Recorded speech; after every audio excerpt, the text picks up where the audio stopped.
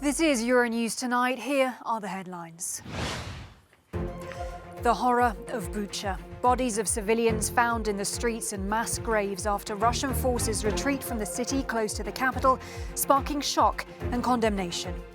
These are war crimes, and they'll be recognized by the world as genocide.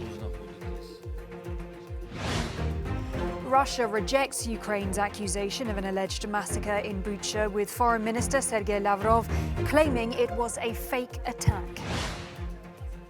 And the EU urgently discusses new sanctions against Russia and sets up an investigation team to probe allegations of war crimes. I'm Helena Humphrey. Glad you could join us. Ukraine has accused Russia of committing war crimes after the bodies of hundreds of civilians and mass graves were discovered in Bucha, just outside of Kyiv. Dead bodies found on the street appeared to show signs of torture and close-range gunshot wounds. The shocking images came to light following the withdrawal of Russian forces from areas surrounding the Ukrainian capital. Authorities say that they have found over 400 bodies. Moscow categorically denies responsibility for the killings, but says it will launch an official examination based on what it calls Ukrainian disinformation. President Volodymyr Zelensky visited Bucha today and denounced the murder of civilians. These are war crimes, and they'll be recognized by the world as genocide. You are here, and you can see what happened. We know that thousands of people have been killed and tortured, had their limbs teared. Women have been raped and children have been killed. Well, there has been widespread condemnation of the images that have emerged from Bucha, which have been described as horrifying. Spain's Prime Minister Pedro Sánchez says that the footage shows signs of possible genocide, while French President Emmanuel Macron called for harsher sanctions in response to the killings. However, Poland's Prime Minister Mateusz Morawiecki hit out at Macron and German Chancellor Olaf Scholz for not going far enough with punitive measures. The UN has called for an inquiry so that justice can prevail. It's vital that all efforts are made to ensure that there are independent and effective investigations into what happened in Bucha to ensure truth, justice and accountability, as well as reparations and remedy for victims and their families. Closely monitoring developments for us is our correspondent Sasha Vakulina, and she joins me now. Sasha, obviously utterly shocking images coming out of Bucha, and as difficult as it is, walk us through the evidence that's being collected there on the ground of what has happened there. When Ukraine President Zelensky visited Bucha today this afternoon, he said as well that this is the nature of the Russian military. I quote him here, and he said they treat people worse than animals. It was really horrifying to go through that footage, those photos. We saw thousands of people found in mass graves, dozens of bodies in the streets of Bucha, and we are now talking only Bucha and another town next to Kyiv. There are more territories, more places like that. Now, in many cases, the dead bodies of the civilians in the streets, they have their hands tied behind, and there are some of them were shot in the back of their head. Now, in some cases as well, they have their hands tied with a white band. And according to some reports, Russian soldiers ordered residents to wear white bands on their sleeves, supposedly as an indication that they are not armed. There are also bodies of the civilians that were found dead with their hands tied in the basements in Bucha as Ukrainian military started cleaning the town, as they entered the town finally when it was liberated on the 31st of March. Just over a month, Russian forces had Bucha under their control. And there are also very horrifying and disturbing pictures and footage of torture and rape happening there, and there are photos of the bodies of 4 or 5 naked women found on the side of the highway next to Kyiv. So this is the footage, these are the pictures and the photos that the world saw over the weekend. Utterly shocking, as you say, a lot of international response and condemnation, but just walk us through it and the red lines here as well in what clearly appears to be an escalation. Certainly. Well, the European Union said already that they will be joining an investigation. They're going to be a joint team with Ukrainian authorities to investigate those possible war crimes and the crimes against humanity. We also heard from the Western allies and Western countries pushing now for more sanctions against Russia following these pictures and all the news that we have received coming from Bucha only again. And then we also heard from the US and its allies that will seek to suspend Russia from the UN Human Rights Council. All these measures are following these pictures and the footage that we've seen. I suppose one of the other things that's particularly concerning in this is that Bucha is one of the first places that we've seen Russian troops go in and then retreat, and this is what they've left behind. So talk us through where we're seeing the concentration of fighting now. Well, the concentration of fighting is happening the east of Ukraine. It's happening, of course, in Mariupol. This is the southeast of Ukraine, the Azov Sea coast, and this is also one of the concerns. If this is the situation that was left after Russian troops withdrawn from Bucha, what will be shown, what will the world see with Mariupol?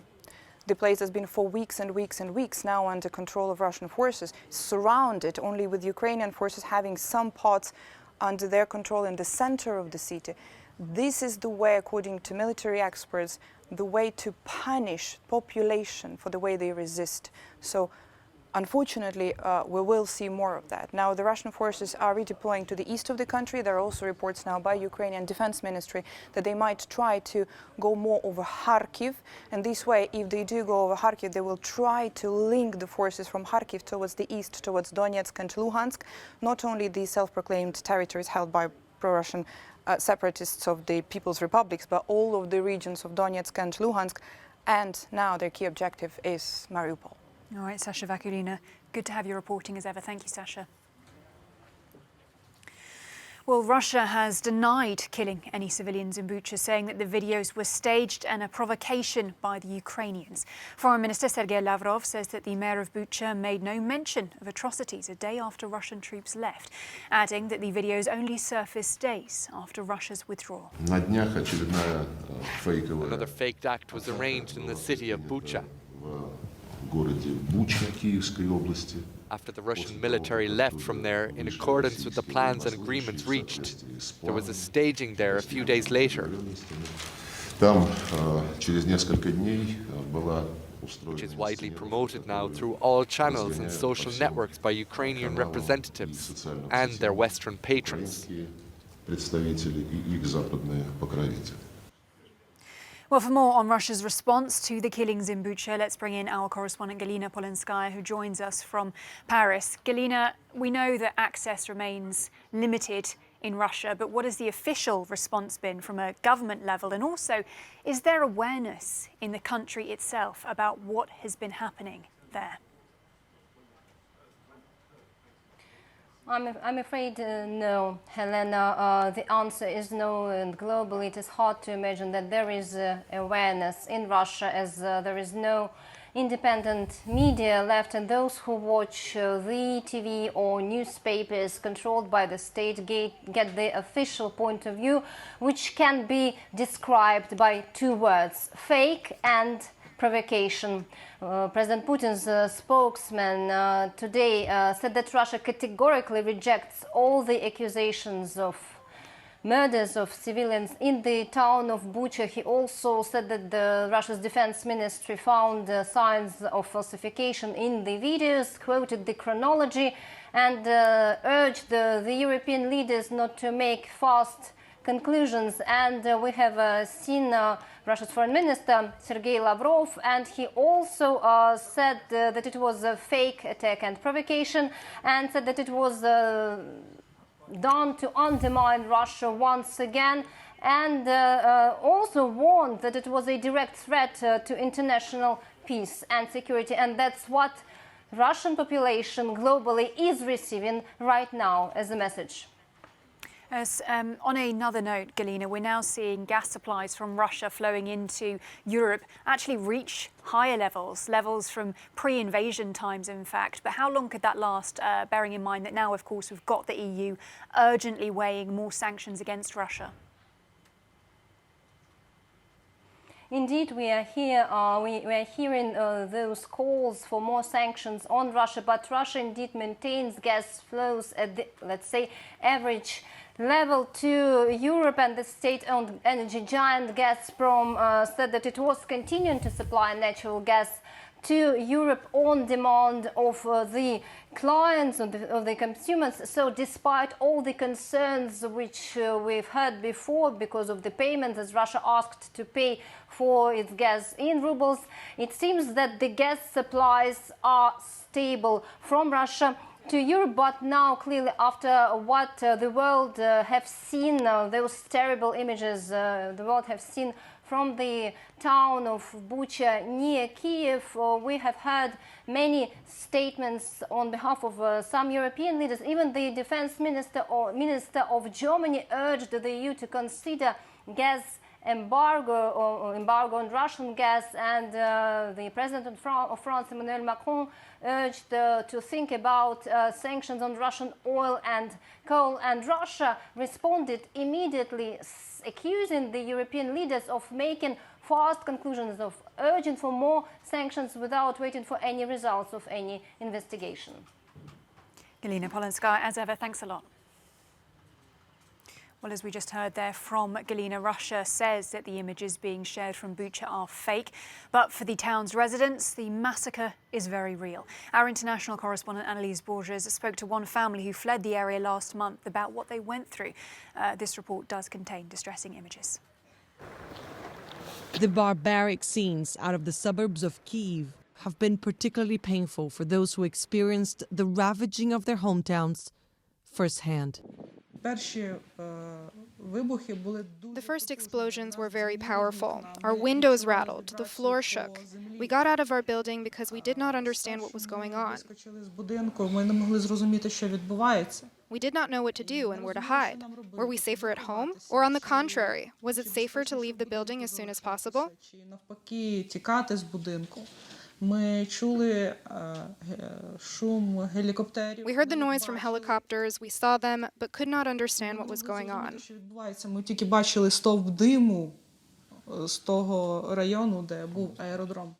At the start of the war, Maria took her son and grandmother underground for safety. After 12 days without water, electricity, and gas, Olga, who's 94 and a survivor of the Nazi occupation of Ukraine during World War II, began to lose consciousness from the cold. The family saw no other way but to get out. I thought I'd lived through a war already, so I will live through this one too. But it was worse. They started attacking peaceful civilians because they could not get to the military. So they bullied peaceful citizens any way they wanted. They raped people. It was so scary.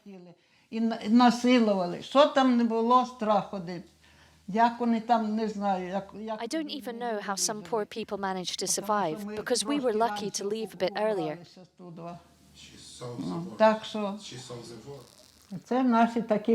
They are our brothers.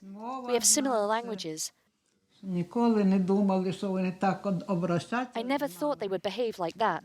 They've totally destroyed our villages. The total destruction Olga talks about is slowly being unveiled as Ukrainian troops regain ground that up until last week was controlled by Russian soldiers.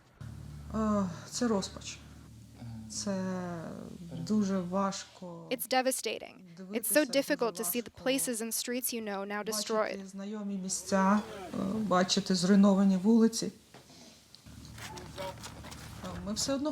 We want to go back. We know it's possible to rebuild it all. But that will take a while. Ukrainian authorities say that after they remove the bodies of residents scattered around the city, they will begin demining operations set to last at least 5 weeks. The wounds of those who lived through the devastation from near or afar, while those will take much longer to heal. Annalise Borges, Euronews.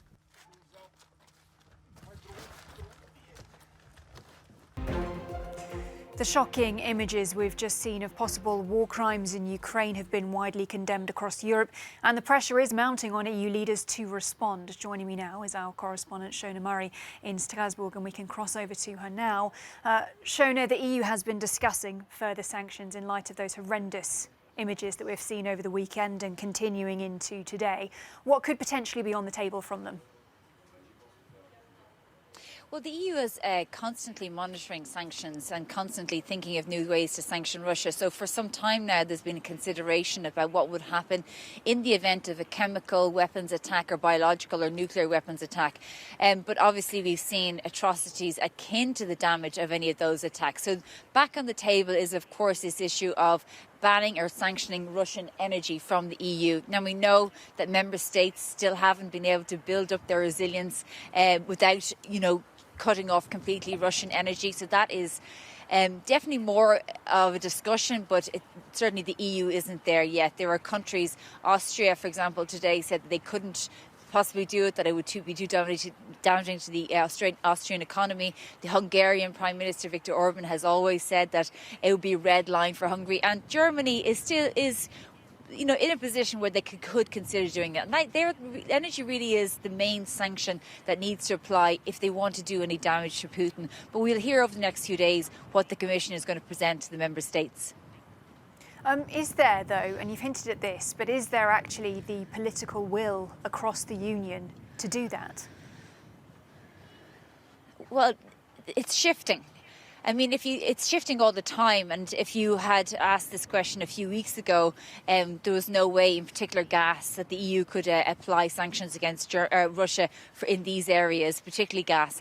And now it's moving because, from a moral perspective, can EU member states be paying the amount of money they do to Putin every day, 800 million euros, to facilitate and finance his war? When you look at what we've been seeing in Bucha in Ukraine, it looks like it could be morally reprehensible. But as you mentioned there, Helena, the Hungarian Prime Minister, part of his electioneering was to maintain cheap gas and energy prices. And we have heard in the past that, as I said, they say energy sanctions are a red line for Hungary. So, all of these sanctions have to apply with unanimity. So you could see there's definitely an obstacle there with Hungary. Having said that, they haven't blocked any sanctions so far. So it remains to be seen. Helena? All right, Shona Murray in Strasbourg for us. Shona, good to talk to you. Thanks for that. Well, staying with Hungary, and many EU officials see Viktor Orban's nationalist policies as an affront to European values. Now, his re-election on Sunday for a fourth term as Hungary's Prime Minister has reignited debate in the bloc on how to deal with its most defined member. Sándor Györös reports. Our election victory was so big, it can be seen from the moon. And also from Brussels. Ominous words from Hungary's Prime Minister Viktor Orban after gaining massive support for his fourth consecutive term on Sunday. He was referring to the fact that his re-election happened despite the EU's criticism of his government's dwindling democratic standards and shunning of so-called European values.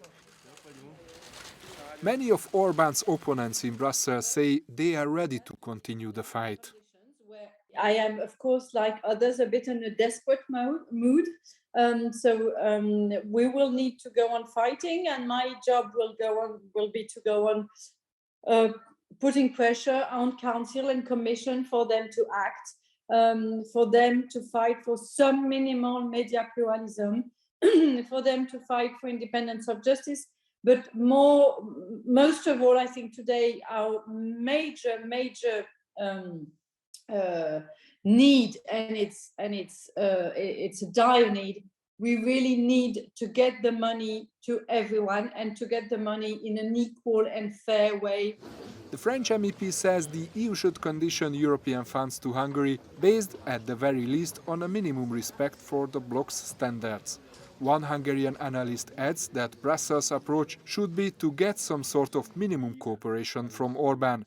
But to just give up the fight would be a mistake. The EU's democratic credibility was already significantly damaged over the past 12 years. And embracing Orban and his policies as the new reality within the European Union would mean practically abandoning the European integration as a normative project. The European Commission followed the Hungarian elections closely, but it is yet to make any further comments, and the decision on what to do with the country's pandemic recovery funds looms large, until now withheld because of corruption allegations. On this, Brussels says the assessment process is still underway. Sándor Györös, Euronews.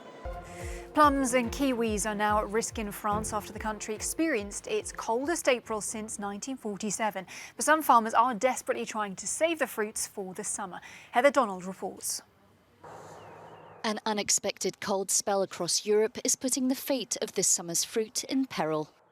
In France, where it has already been the coldest April since 1947, some farmers are trying to save vines by using heat from flames. Last night, temperatures dropped to -4. What's even more worrying is that tomorrow night it's expected to be even colder. Will we be able to fight this? We don't know. According to France's National Fruit Producers Federation, some fruits can survive sub-zero temperatures, but not all of them, and many farmers are worried. This morning it was -2. In -2, I think the apples should be fine, but unfortunately plums, apricots and kiwis are unlikely to have survived. Some farmers have taken to spraying their fruit trees with water to create a layer of ice to protect fragile blossoms. This technique could save 40 to 60% of production. We're at roughly -2 degrees. We're still bringing in water, and at the heart of the ice it's 0 degrees. At that temperature, plants don't freeze, so we are protecting the plants and flowers from the elements.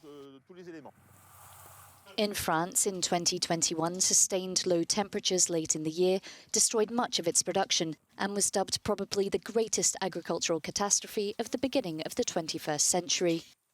Heather Donald, Euronews.